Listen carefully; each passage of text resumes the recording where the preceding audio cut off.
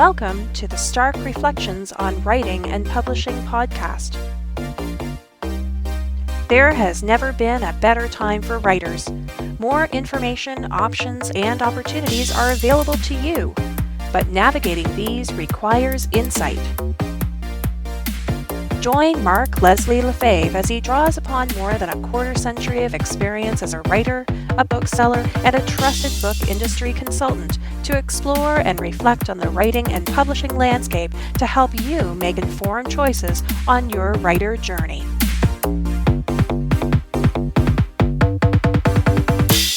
Hello and welcome to episode 25 of the Stark Reflections podcast. This is your host, Mark Leslie Lefebvre, and today we're going to be talking a little bit about thinking outside the ad or non-traditional book marketing ideas. And this came to me because just in the last few days as I've been looking at things that have been going on, I've been analyzing some of the stuff that I've done and admiring some of the things that other authors have done. I've been spending a lot of time thinking about this.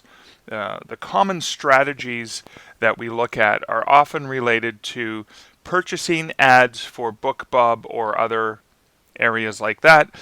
And one of the things that I constantly look at for my own career as a writer, and even when I'm working with clients that I work with, is how can you uniquely define your own path, and how can you uniquely market in a way that is yours and not necessarily something that's dependent upon some other platform operating or applying for and being granted a promotion. Now those tools are absolutely amazing, but I wanted to look at a few things that I've seen authors doing that are thinking outside of the box, thinking outside of traditional ad purchasing and investing in different things. So we'll get into the various things. I have about half a dozen different things that I'll be talking about in sort of different chunks and giving you examples, not so you can steal those ideas and do exactly what these authors are doing, but you can look at how they adapted something that they had based on something from their work that was unique for them, and how they're leveraging that for, attention marketing, for lack of another way of describing it.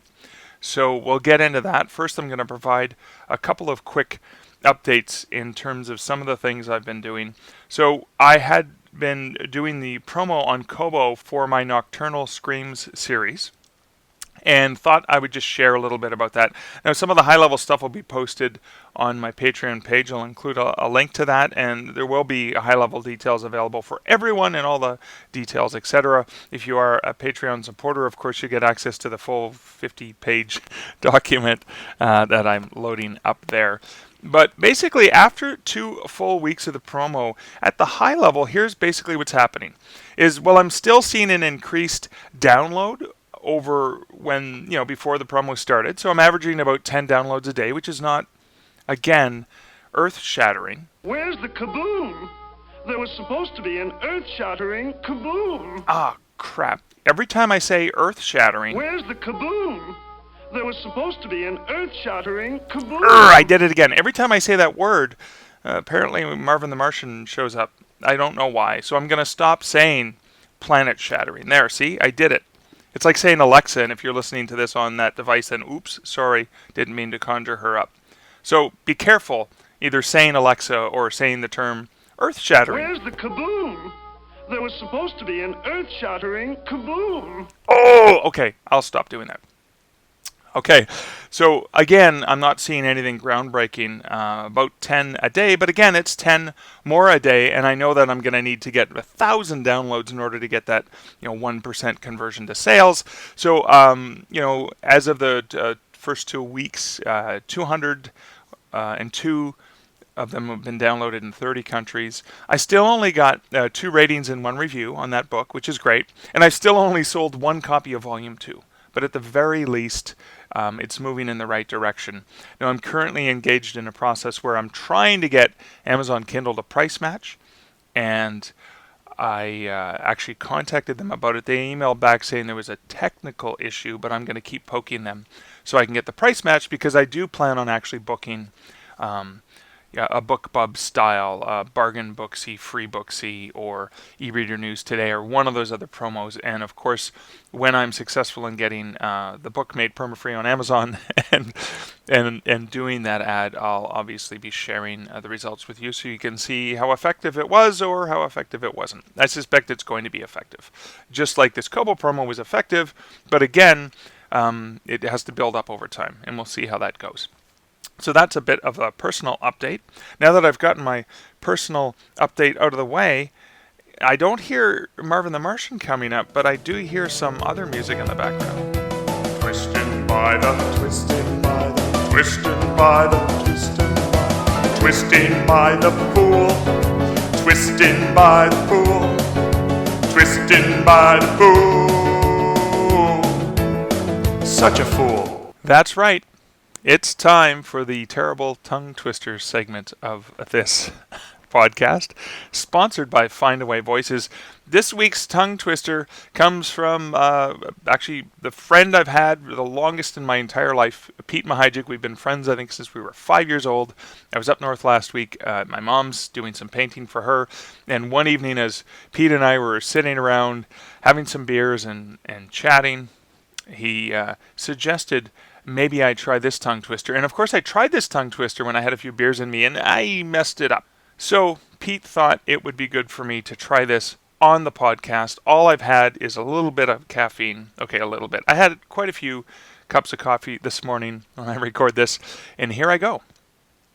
I have to say this 5 times really fast. I slit the sheet I slit, and on the slitted sheet I sit. I slit the sheet I slit, and on the slitted sheet I sit. I slit the sheet I slit, and on the slitted sheet I sit. I slit the sheet I slit, and on the slitted sheet I shit. Oop. Okay. So I did okay. I need to practice slitting the sheet and talking about the sheet I slid, and on the slitted sheet I can't even do it. The slitted sheet I sit.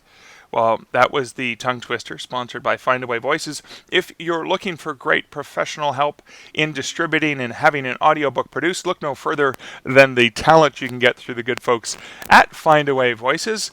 They will leave no sheet unslit in their quest for getting you a great narrator for the book. You can check them out at starkreflections.ca/findaway. Such a fool. Okay, now let's get on to the main topic for this episode, and that is 10 great ideas for thinking outside the ad.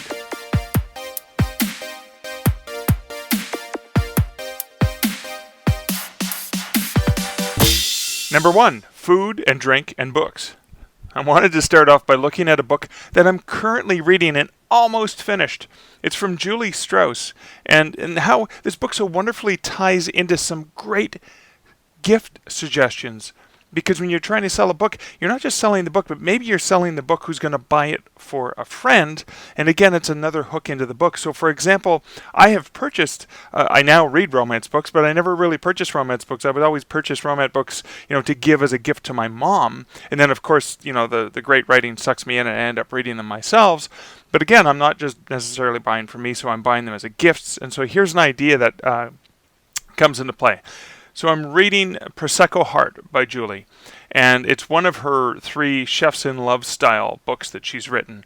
And in each of them, there's usually cooking and love theme with great tie-in recipes, and you not only enjoy the love story, but you get this hankering for wanting to try some of the food. Heck, I used 2 of the recipes from her books already. So again, I've read the book and then I'm inspired to do other things in my life. But this new one, Prosecco Heart, is a great story about a woman named Tabitha who owns a winery with her husband. And as the novel opens, Tabitha has just discovered that he's been cheating on her. And so her adventure, which is as hilarious as it is romantic and touching, begins. Now, Tabitha isn't a typical sommelier, if I pronounced that correct. I probably didn't. I don't taste wine very well, and I can't pronounce sommelier very well, even though I guess it's a French term, and I should be able to do that. But anyways, I digress. Tabitha has this brilliant knack for describing wines in a non-snobby, stereotypical way. It's more for the average person to enjoy. She describes them in terms of real things that the average person can just really appreciate and understand. And a friend of hers in the novel describes her as the rock and roll somm. For example, she describes this one particular wine that she would recommend to this group of women as a heavy-handed fruit bomb, something that tastes like Taylor Swift songs on repeat at the end of your ex-boyfriend's wedding. Now, that's the kind of creative and inventive combinations that she has. But then I think about that element from the book, and I think this would be the ideal book to give to a wine lover and romance reader, but maybe it could be packaged with a CD, a book, and a bottle of wine with it. I mean, it wouldn't have to be Prosecco, although that does nicely tie in with the title. And I know in the past, Julie has brought baking from recipes from her previous books to book signings, which is a unique and memorable thing because it allows her to stand out amongst all the other authors of the tables because, there's a thing you can discuss. Well, these biscuits are from this recipe from this book. And the recipe is included in the book. Now, liquor license laws, of course, probably prevent the selling of wine products or whatever. But imagine Julie sitting at a book signing, and she has this beautifully wrapped gift basket right there on the table that displays Prosecco Heart, bottle of Prosecco, and, I don't know, Taylor Swift CD, or some sort of CD that would be maybe music you could listen to, beautiful romantic music you could listen to for dinner music or something like that. And then basically, that's there as an eye-catching thing where people can ask, well, what is that? I say, well, if you're buying it as a gift, here's a great way you can mix it with a couple other products and just make a really special gift for that special someone in your life. But again, the idea is taking the concept from the book and what's unique about the book and what unique thing can you do. So that's just something that I thought about based on things I saw Julie having done in the past and based on being inspired by this great book and me wanting to think, wow, I'd love to give this book as a gift with these other products for someone who would really appreciate it. Again, just looking at a unique way to stand out and have something that will catch someone's attention and give you a discussion point. Product with food and drink and books. Number 2, attention marketing, promo info, and swags. I want to go back to these wonderful women that I've had the pleasure of meeting over the years, and they're called the Jewels of Historical Romance. And one of the things that they did, so it's 12 authors who all write historical romance, and they work together collaboratively. And what they've done, and they've done this for all the retailers, and this goes back to my days at Kobo, is they would send myself, and I imagine they sent the same sort of things to folks at iBooks and Kindle and Nook, etc. They sent a beautiful little treasure chest that had their engraving on it, the Jewels of Historical Romance, and then they sent Hershey's Kisses. Kisses from the Jewels, they were called. And the little kisses had a little sticker on the bottom of them were Kisses from the Jewels, which was quite amazing. And, every quarter when they released a catalog, because they produced these catalogs of the books that are coming out this next season from all of the authors, and it's like a professionally produced catalog that you would get from any sales rep or distribution company, which is basically a highlight of what's coming up. And they would send this package with the treats in them, and then they would send the catalog. And of course, what I did when I was at Kobo is I took that and I filled the cup with the chocolates from the Jewels, and I'd send a note to all of the booksellers, the merchandisers, and people who worked on the sort of the bookselling team and say, hey, just got some more Kisses from the Jewels if you want to come by, check it out. And of course, I'd leave the catalog there as well to make sure that they took a look at the catalog, because again, it's this inventive, unique thing that they did. There was a way to get attention. It's not just, hey, my new book is out, but there was actually this physical shipping. Now, I know that's a very traditional publishing thing to do, but it also sets them apart in a digital age, which is important. And I've seen some authors do attention marketing swag like that, and I'm going to include links and images on starkreflections.ca for episode 25 so you can see some examples of what they look like. And so, for example, Chris Mandeville, who is a writer, had this post-apocalyptic novel called Seeds, and she took seeds. She actually used seeds, and so she had a little postcard with some information about the book with the cover on it, but then she actually gave seeds away that were branded with her book cover on it as well, so you could actually, go and plant these particular different flowers or these different plants, which ties in directly to the book, which is absolutely brilliant. Deborah Cook, who is a Canadian romance author, had created these beautiful little book charms. So, you wear the charms as a charm, or you could wear it as earrings. And I'll even provide a link to an article that sort of is how she walks through how to do these book charms. Because again, it's a unique piece of jewelry that can show off, that have other people showing off your book. Glenys Campbell, for example, who's a romance author as well, she would send bookish swag. And I think one of the ones I remember the best, she sent so many different pieces of swag, all tied into the books. But one of the one that sticks out in my mind was her Lords with Swords series. And she sent a Lords with Swords letter opener. Of course, letter opener, it's just this classy thing. It's not a typical thing like a pen or whatever, but it was specifically related to her product. And so those are just some examples of some attention marketing, promo info, and swag that you can create, tied in specifically to your unique product. And how does that tie back to the products you're selling? Number 3, attention marketing packaging. Now, again, this does stem back to traditional publishing, but I'm always impressed, particularly when I see unique elements of packaging done in traditional publishing. And this is from Publishers Group Canada, and they're a smaller company that represents foreign publishers from the UK, for example, coming into Canada, as well as some smaller publishers that they represent, and their sales reps for distribution for the titles. But they have done some amazingly creative things. And a couple of the things that I absolutely adored, and I still remember this day, and I'll post a link that to an article I wrote for the Kobo Writing Life blog about it. But I remember getting this package from Peter James, who's a horror thriller writer from the UK, for his new novel, Love You Dead. So it's just regular envelope on the one side, just with my name and the address. And then you flip it over, and it just said, Peter James, love you, ... And then you open it up, and inside is the book is wrapped in a brown nondescript wrapping paper, and it says dead. So love you, dead. And you open it up, or you flip it over, and on the opposite side, the brown paper that is hiding the book is sealed by a large evidence sticker. Created by Detective Superintendent Roy Grace, who's the hero from this series of novels by the author, and it's got the novel's main victims and primary villain written onto the tag, and then of course you open it up and you've got it. So what an inventive way that they could have just shipped the book, but they shipped the book because, working as a retailer, as a bookseller, you're getting thousands of these books. So what's going to make you want to look at the package differently? And so there's stuff on the outside of the package, and then immediately you don't just open it and there's a book with some information. You open it up and it's compelling you to want to understand more about this.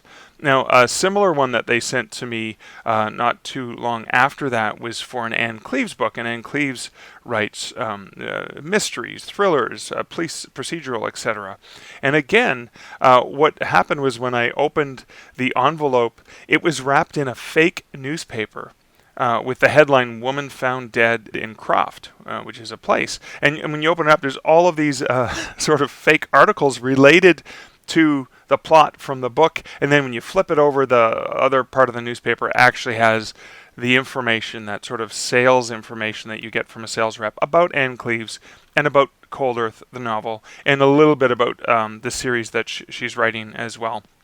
Again, very, very inventive and ingenious ways for these books to stand out among thousands of other books that are coming in that same quarter, so that you can say, wow, this is a book I really should pay attention to. Number 4, unique swag. Yeah, I'm kind of going back to swag. I talked about it before, but there's so many different unique pieces of swag. I had to break it up a little bit. So a friend of mine, Avery Olive, for her erotic romance title, Capturing the Muse. So all the stories involve female writers and erotic entanglements with her muse, who often takes the form of a sexy man. Thus you have the writer struggling with writer's block, and of course the muse, and she has to capture the muse, or she has to romance the muse, or entice the muse, and of course there's love and sex and all the fun stuff that you get. And one of the characters is named Cole, because Cole's a kind of a sexy sort of name for a leading man in a story, and related specifically to a story that has Penny for Your Thoughts, which is a critical element of the story. She has this really cool Penny for Your Thoughts from Cole that she engraved on a penny to give away in that. And I thought that was a unique and interesting thing to do. Of course, it's probably illegal defacing property. And pennies, of course, in Canada, because she was a Canadian writer, are not available anymore. So even more rare to have a penny in Canada, but even more rare to have a penny from coal. So again, a unique thing, very specifically tied into one of her stories. And when I saw her do this at When Words Collide, I thought, what a unique and interesting way to tie into the book. Now I want to talk a little bit about some of my own swag as well, because I write haunted ghost stories, and I thought this might be an interesting one to share. So I've used t-shirts that I've ordered from Vistaprints, because you can order 1 or 5, or you can order 2 of medium and 2 large or 2 small or whatever. And I've used it to advertise local bookstores and libraries where I've scheduled book events. And I first did it for my book, Tomes of Terror, which was about haunted bookstores and libraries. And so on it, they said, for example, I love to haunt Hamilton Public Library, because I was doing a number of events, different branches of the Hamilton Public Library. And then I put, what's your favorite bookish haunt on the back? So it had Tomes of Terror on the front. It had that I love to haunt. And then I did that again when I released Creepy Capital, Ghost Stories of Ottawa, but I did it specifically for the independent bookstores that I had been doing sort of the book launch activity on book launch weekend for. And it said, I love to haunt XXX bookstore. What's your favorite bookish haunt in Ottawa? And so again, that's something that I've tried, and I created just a handful of them for each store, and I gave them to the store, and I said, listen, these are yours to give out however you want. They don't have to buy one of my books, but maybe you want to give them to your regulars, the people who love your store so much that they want to share their love for your bookstore, which would have the bookstore's logo on it as well as a link. And of course it also has a link to Creepy Capital, my book. So again, for the rabid fans, it was a really exciting thing. So they could, if they were excited about the ghost story book, they could wear it for that. Or if they were excited about wanting to support the local bookstore, they could wear it for that. Number 5, props. And this one stems back to something I do as well and thought I would share because it's worked quite effectively for me. Now, because I write ghost stories and because I write horror, I've kept with me Barnaby Bones, a life-size skeleton that I take with me to book events. I'd started off with some skulls on the desk and Barnaby. Now, the reason I did this is when you're walking by a mall and you see me at a table in the front of the bookstore, the additional prop that I have is going to draw your attention. Again, I'm using a skeleton because it's directly related to my topic. And let me tell you what this does. It does 2 things.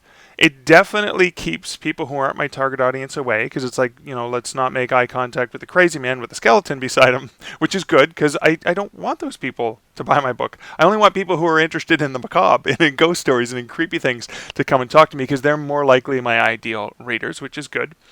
It's definitely a discussion point. It's definitely interesting. It gives people an icebreaker.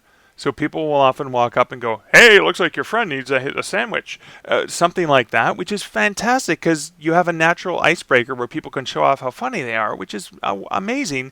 And of course you're going to laugh. You don't go, I haven't heard that one. No, you're nice about it, and you appreciate that the fact that this is probably the first time they have told that joke. You may have heard it 1,000 times, but it's the first time they've told that joke. So it's kind of funny to them. But again, great icebreaker that allows them to approach you, which is kind of neat. The other thing as well that it does is, I mentioned t-shirts in the other unique swag, so I often have Barnaby wearing the t-shirt related to the book I'm there to promote, or the most prominent book I'm there to promote when I'm promoting a number of them, or the latest release or whatever. And sometimes people want to take their picture with Barnaby. I know at Comic-Cons that happens all the time, and especially at book events. So sometimes Barney's been sitting on a bench in the mall right outside where I'm doing the book signing with the t-shirt on. People sit beside him, they take a picture with him, or they come around and they want to take a picture with him. And again, they're sharing that. It's like, oh, this crazy author had this skeleton. But again, they're helping share and spread the information about Barnaby and about myself. So again, that's props. Are there props that you can have that may call attention to you when you're doing different events, when you're at something? And again, this is more traditional because it requires being at some sort of physical event. But again, it's something that helps you stand out in a crowd. Number 6, highway billboards. Okay, this isn't something that you're going to be able to do a lot of, but it's something that I've seen done really, really effectively. And this is an author from Northern Ontario, from the Sudbury region. And he had actually, when you're driving north from Toronto to Sudbury, up Highway 401, up Highway 69, you will see these signs for the Minnow Trap series and Beneath the Ice and these different books. And it is amazing how many thousands of copies this guy has sold. Brian is the author's name, just from having highway billboards for this. And the books are available, and he's also made them available. So the Minnow Trap, for example, he had this neat prop with actually a minnow trap on the box that he had created, the sort of the dump bin, or the cardboard bin. In book industry terms, you call it a dump, and that's you put a dump on display at the front of the store or whatever. And he had these mass market size paperbacks with Minnow Trap book, very, very thick book, but then he had the Minnow Trap on top of it. And then he had these signs, so you're driving along the highway, you see 2 or 3 or 4 billboards along the way, and then when you stop in at the French River Trading Post or even some of the gas stations along the way, he was a pretty sharp salesman. He would have them carried there, so you saw the billboards on the side of the highway. Maybe you're visiting Northern Ontario to go fishing, where minnow traps are kind of part of the thing, or maybe it was just a unique thing to see. But they definitely work. And the reason billboards work is related to you think about companies like Pepsi and Coke who don't need to spend millions of dollars on billboards and things like that. But they do, because it often takes seeing a product 7 times before somebody makes a purchase. So again, it may not be a thing you can do. I did notice, I've been thinking about investing some money in billboards for some of my stuff in Northern Ontario, where it's probably a little bit cheaper to get billboards up there than it is down in Southern Ontario. But now that there's electronic billboards, I even noticed one on my drive last week back from Sudbury, and I made a note to go look into it to see how much it would cost for me to send to purchase some ads for electronic billboards, and maybe use a unique URL, for example markleslie.ca/something really, really short, and only use that URL for that particular ad and see how effective that could be. I definitely think it's worth a shot. Number 7, vehicle advertisements. So this is very similar like highway billboards, but it's related to your vehicle moving through space. Now, if you remember, I interviewed T.S. Paul in a previous episode of this podcast, and he purchased a van and did a complete wrap with artwork, custom artwork that he had purchased the rights for from the artist who did his book covers on his van, and even has stock in the back of the van and brochures for people to hand out. He has a unique QR code, so people can scan it and go and download a free book and check out his stuff. And I've done something similar, not nearly as costly as what he's done, but through Vistaprint I ordered car magnets, because my car is parked in parking lots all over the city, all over the greater the GTA, the Greater Toronto area. It's at the grocery store, it's at the gym, it's at the GO station, it's at the airport, it's at the train station, it's at so many other places. And Barnaby's sitting in there anyways, the skeleton that I have. So I figured if people are already staring at the skeleton when they see me passing on the highway, or they're looking at why is there a skeleton in the passenger seat or the back seat of the car, why not put something on the side of the car that both explains why the skeleton is there and maybe is like that billboard that advertises the books. So again, it's there. As I'm driving around, you see markleslie.ca, chills and thrills, and then I also have some other magnets that have about 9 or 10 of my book covers. So again, I'm just showing them off so when people stop, and a lot of people take pictures of Barnaby. Again, if they take a picture of the car where they see the skeleton staring at them, maybe they'll notice later on the book covers that are also in that shot. Again, it wasn't very costly, and it's something that I just started a few months ago. Inspired by Scott's van wrap, I thought, well, what can I afford with how much I make compared to what he's making, and see if I can use that to leverage it. Because my vehicle's out there anyways, I may as well have it working for me in that billboard advertising way. Number 8, Comic-Cons. Now, this is more specifically geared on looking at your target audience. And here's something that I learned from my friend Kevin J. Anderson, and here's why I do it. Now, I write ghost stories and stuff that appeals to science fiction-y sort of people. And getting tables at Comic-Cons has been quite profitable for me. Now, sometimes the cost of the table can be as cheap as $50. It can be as much as $500. When the cost is usually $200 or less, I usually make my table money back usually in that first day, and then the rest of the weekend is gravy, which is fantastic. But one of the things that this does for me is it doesn't just isn't just a place to sell, but it's again a place where I can be for an extended period of time with the target audience where they're seeing my stuff. And when you go to a number of the cons, you tend to see the same people again and again and again and again. Every time they see you, it's just that reinforcement of your stuff. And it's also been an amazing opportunity where I've actually gone to a conference and actually had people come up to me and say, "Oh my God, I read your book. I loved it so much. When are you going to write another one like this?" And again, it's that engaging with the community. And I find that really, really important. I've just purchased a table at Grain and Grit Brewery, which is a local Hamilton brewery that's offering vendor tables, and it's inexpensive for me to get there. And I've got ghost stories of Hamilton, so I'm going to be at a Hamilton brewery. I'm going to have some of that. Barnaby will be there with me, and I hang out at beer places anyway, so why not do that? And it's kind of reflective too. And I'll link to a post that I just shared on the Spirits Untapped website earlier this week. And Armand Rosamilla, who's a horror fan, and this Beers and Fears brew and book tour that he had done with a whole bunch of other horror authors. I'm going to link to that article. And Armand has just agreed to come on as a guest in a future episode. I'll be interviewing him next week to talk about this in detail and how wonderful this concept was, where they mixed craft beer and local craft authors who were doing this great thing. So you'll find out more about that specifically, but again, you're thinking about very niche specific target audiences and sort of related to the Comic-Cons, but again, it's non-traditional. Then not necessarily a bookstore that you're at, but some other location where there may be an audience who's also interested in what you're doing. This could even tie back to, Julie with her Prosecco Heart, maybe being at a winery or maybe being at some sort of bar to promote a book like that. Number 9, location-based apps and sharing. So this is something that I did quite a while ago, and it was inspired by Ashley, who now works for Wattpad, but she used to work for Dundurn, now one of my publishers.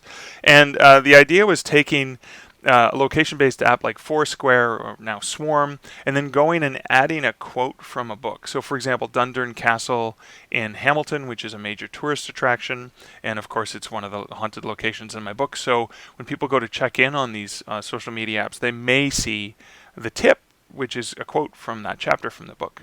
And then I've also set up my stuff on Squirrel, and I'll provide a link to Squirrel. I met these folks at London Book Fair a few years ago. And again, I've got the Canadian Werewolf in New York novel and locations that Michael travels to in the course of the novel. And I have that as part of listings on Squirrel.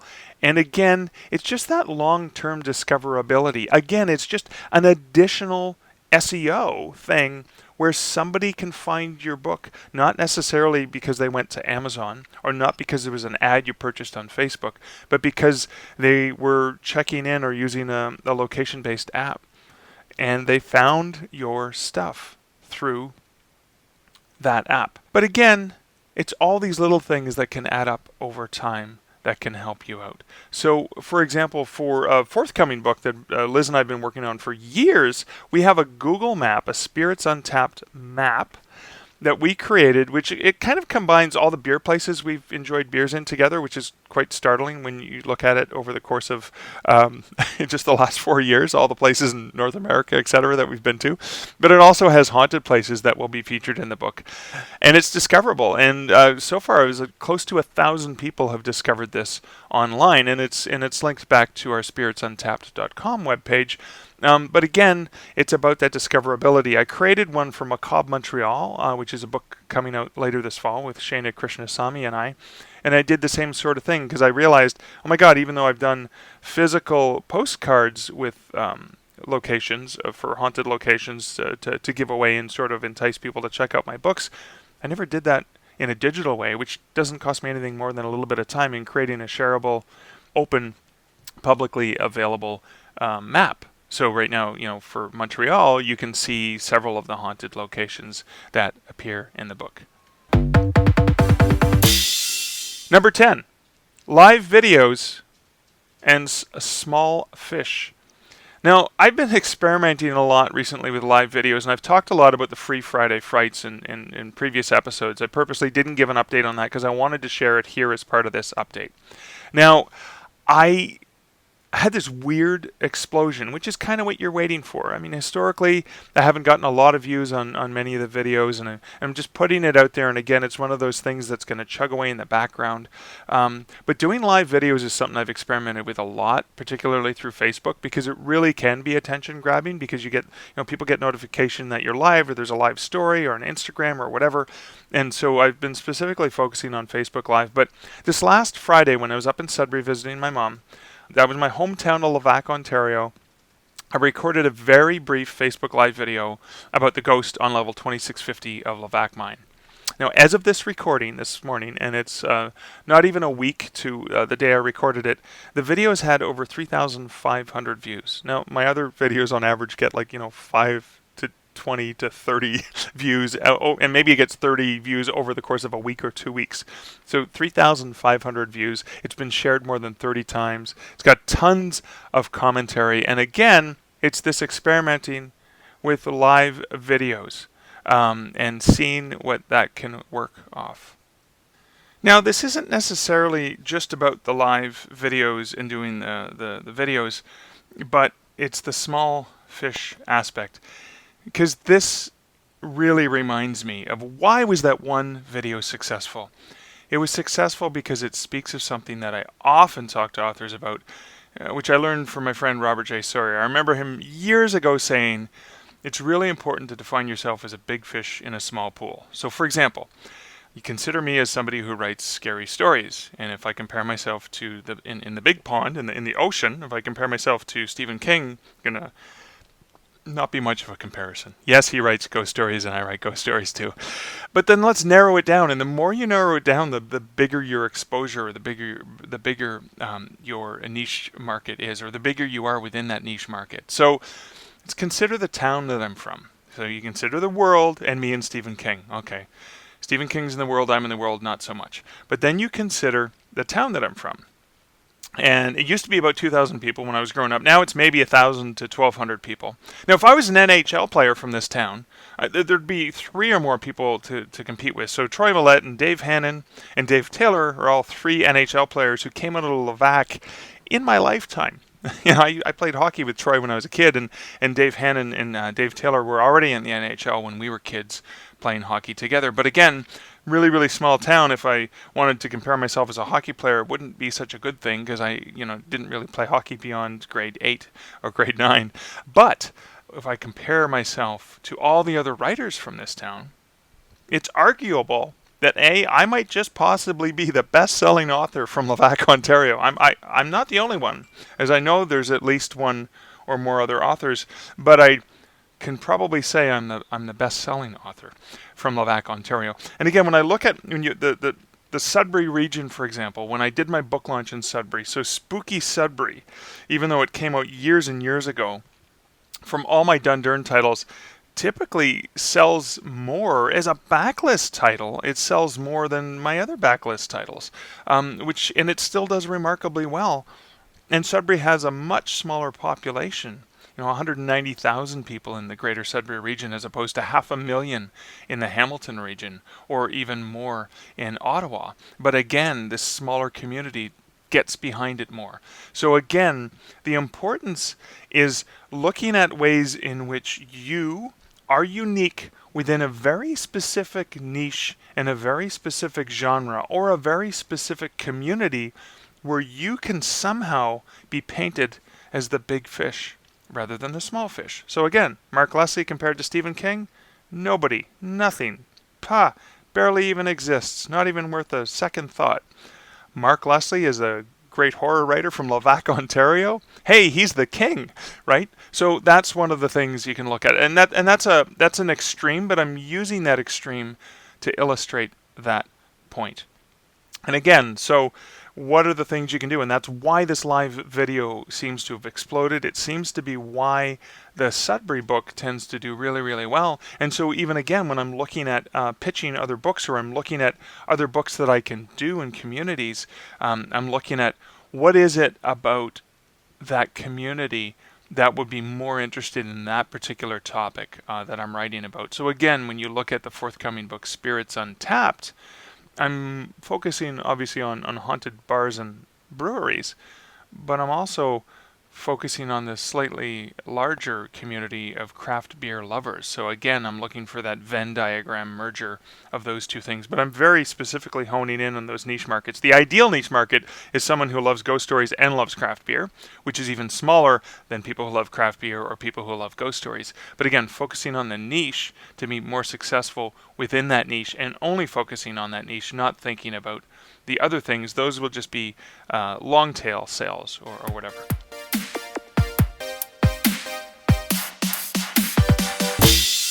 So there you have it. Those are just some of the ideas that could be beneficial and helpful for you when you're thinking outside of the ad, or you're thinking about non-traditional book marketing ideas with various ways to get attention specifically related to your topic, what you're writing about, the content of your book, whether it's fiction or non-fiction, how that's unique, what are the things that you can bring out of the book and connect with those target readers or that target audience. And I hope you found something inspirational. If you have other ideas for things that have worked for you, love for you to share them in the show notes or email them to me at mark@markleslie.ca. And I will, of course, share them in future episodes, because it's always great for people to help each other out and share different ideas, so that you can take an idea that you heard here or somewhere else and then readapt it in a way that works really, really well, that's unique and specific for you.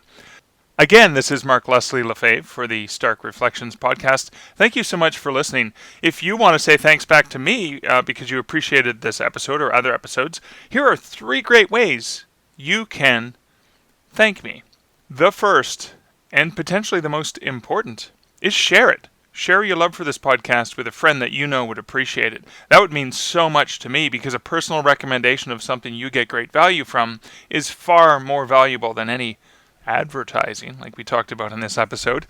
2, leave a review. The reviews make such an amazing difference. Leave a review on iTunes or whatever podcatcher, Stitcher, wherever it is that you listen to this podcast from. And number 3, you can become a patron of the show via Patreon, which is patreon.com/starkreflections, for as little as $1 a month, and you'll get access to additional material that I make available for Patreon supporters. Again, those are 3 ways that you can support me or say thanks for this podcast. Thank you for listening, and we'll catch you next week in episode 26. Thank you for listening to the Stark Reflections podcast. You can find show notes for each episode at starkreflections.ca.